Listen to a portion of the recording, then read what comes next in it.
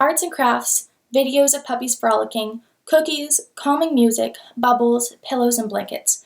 It sounds like I'm describing a preschool or daycare for small children, right? Wrong.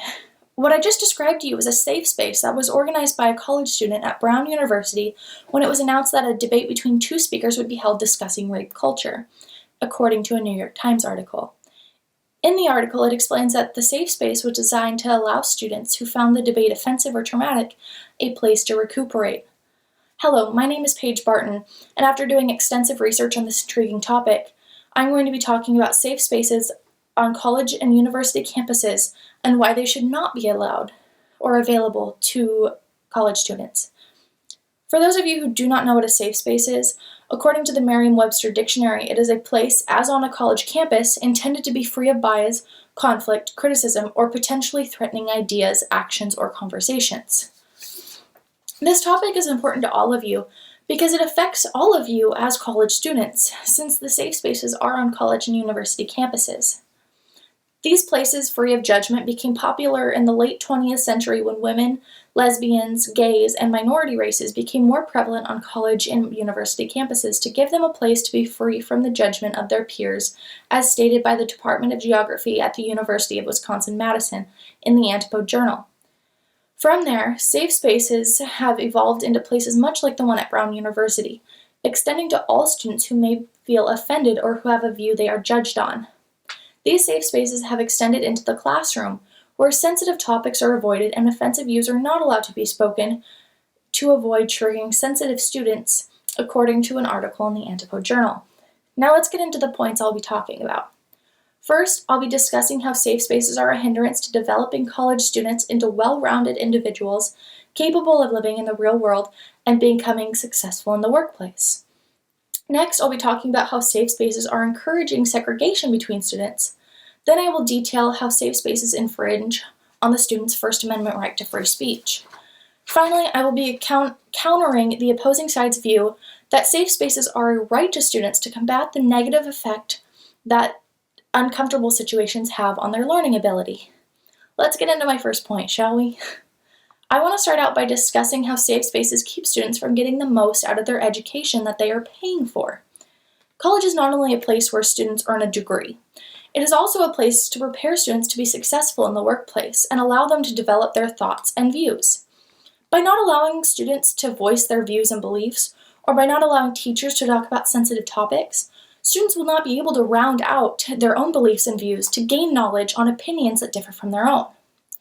According to Safe Spaces, Difficult Dialogues, and Critical Thinking, a learning community is often a process of tension as students wrestle with and through new concepts and challenging social issues at a cognitive level, while they also experience them effectively either internally or externally. Also in the workplace, there are no safe spaces, and individuals will have to be able to cope with uncomfortable situations, and that will not be achieved if uncomfortable situations are avoided in colleges and universities. Now for my next point. Safe spaces also encourage segregation between students. By students such as minority groups being separated into safe spaces, it causes an even further divide, making the minority group seem different than the rest of the students. According to an article by Stengel, an argument many people for safe spaces use is that the only reliable way to prevent disrespectful treatment is to separate targeted students from potential harassers. Segregation. Moraine Valley Community College even proposed sections of classes specifically for African American students so that they could learn in a comfortable environment. Trying to create safe, comfortable places on campuses makes minority groups appear different and results in an unhealthy environment overall. Safe spaces also violate students' First Amendment right by keeping those with offensive views from speaking their mind. The First Amendment of the Bill of Rights protects everyone's freedom of speech, so by creating environments such as where safe spaces have been incorporated into the classroom, it keeps students from sharing their views and opinions if it may trigger another student. These modern places of safety violate the right to speak freely and keep students from talking about uncomfortable topics that ultimately lead to the topic gaining more power than it should, because if it's not supposed to be spoken, it almost becomes taboo. Now, People that are for safe spaces, which are mostly Democrats, believe that students have the right to a safe, comfortable environment because the stress of uncomfortable situations impedes learning. However, the whole college experience is to prepare you for your future career. And what will you do if you have never been taught how to handle a stressful or uncomfortable situation? Also, according to an article in the Journal of Social Work Education, a classroom in which safe means no conflict and that no one is ever feeling challenged or uncomfortable is likely to be a classroom in which little learning and growth are occurring. Meaning that by limiting conflict and avoiding triggering topics, you are actually hindering your pupils' education, not enhancing it. So now that I've thrown all of this information at you, let me recap. I discussed 4 main points. 1. Safe spaces should not be included in college campuses because it does not prepare you for real life and the workplace. 2. These places encourage segregation, dividing the minority and majority groups even further than they are in today's day and age. 3.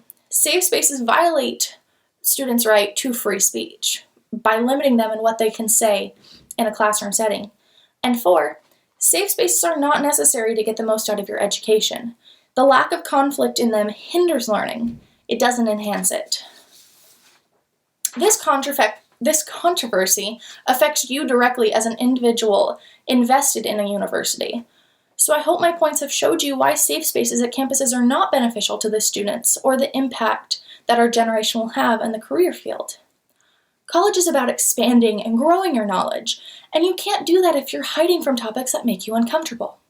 So get out there and learn all you can while you can, and challenge what you know and think head on. Thank you for your time.